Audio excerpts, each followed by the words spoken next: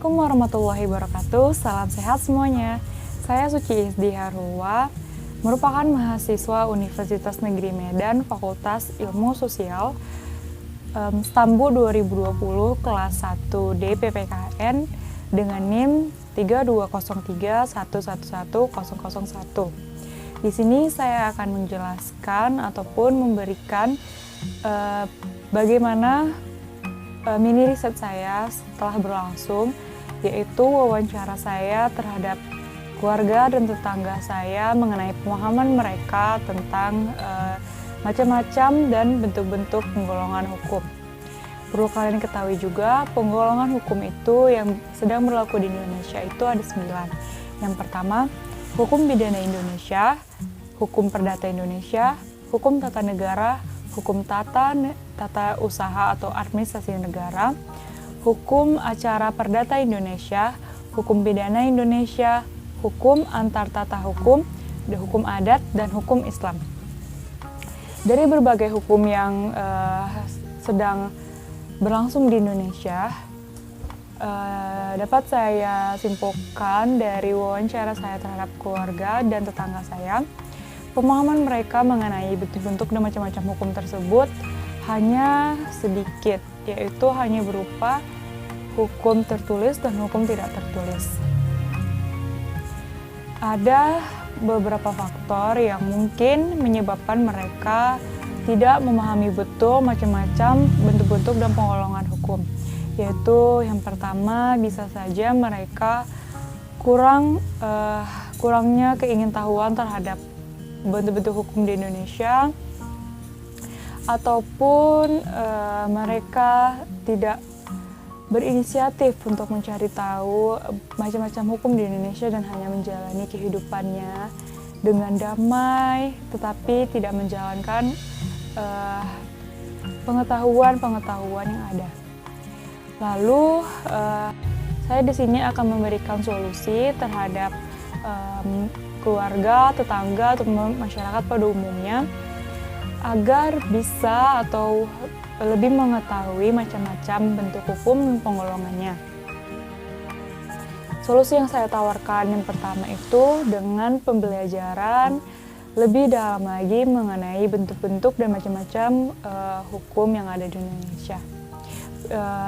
Seperti yang kita ketahui, di sekolah-sekolah formal Indonesia itu memang sudah ada pembelajaran di dalam mata pelajaran PPKN ataupun pendidikan Pancasila dan kewarganegaraan. Tetapi saat pembelajaran tersebut tidak mengkaji lebih dalam mengenai bentuk-bentuk, sumber-sumber, dan penggolongan hukum yang ada di Indonesia.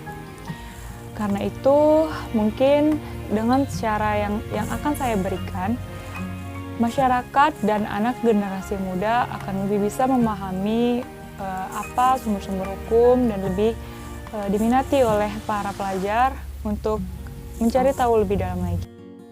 Solusi kedua yang bisa saya tawarkan itu dengan cara mengadakan sosialisasi mengenai bentuk-bentuk hukum dan penggolongannya pada masyarakat. Pada abad ke-21 yang sudah modern ini, jika melaksanakan sosialisasi dengan cara mengumpulkan massa pada suatu ruangan, mungkin cara tersebut kurang efektif karena biasanya masyarakat kurang berminat saat mengadakan perkumpulan-perkumpulan tersebut. Hingga kita harus juga mengikuti perkembangan karena sejatinya saat ini semua masyarakat mulai dari anak kecil hingga orang dewasa sudah menggunakan kecanggihan internet ataupun dalam bentuk handphone. Maka cara melaksanakan sosialisasi di era kecanggihan ini akan lebih efisien dengan cara membuat video sosialisasi yang menarik sehingga masyarakat tertarik untuk menonton sosialisasi tersebut. Langkah-langkah melaksanakan solusi yang saya tawarkan tersebut pada tawaran saya mengenai pembelajaran pada anak-anak itu, yang pertama, menambahkan materi lebih dalam tentang bentuk-bentuk hukum dan penggolongannya pada mata pelajaran di sekolah. Yang kedua, menerapkan hukum yang sudah dipelajari di sekolah agar pemahaman tentang hukum tersebut terrealisasikan dengan baik. Yang ketiga, menumbuhkan rasa ingin tahu siswa dan siswi di sekolah mengenai bentuk-bentuk dan macam-macam penggolongan hukum. Langkah-langkah mengenai solusi saya yang kedua yaitu sosialisasi, yaitu yang pertama membuat video sosialisasi mengenai bentuk-bentuk hukum dan penggolongannya. Yang kedua, membuat video dengan semenarik mungkin.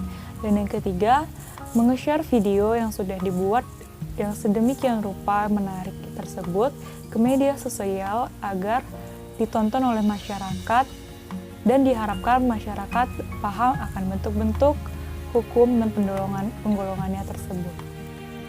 Sekian dari proyek saya ini atau video saya ini.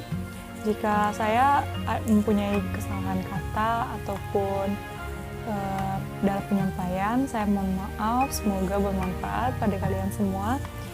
Saya pamit undur diri, sampai jumpa di video saya selanjutnya. Assalamualaikum warahmatullahi wabarakatuh, salam sehat.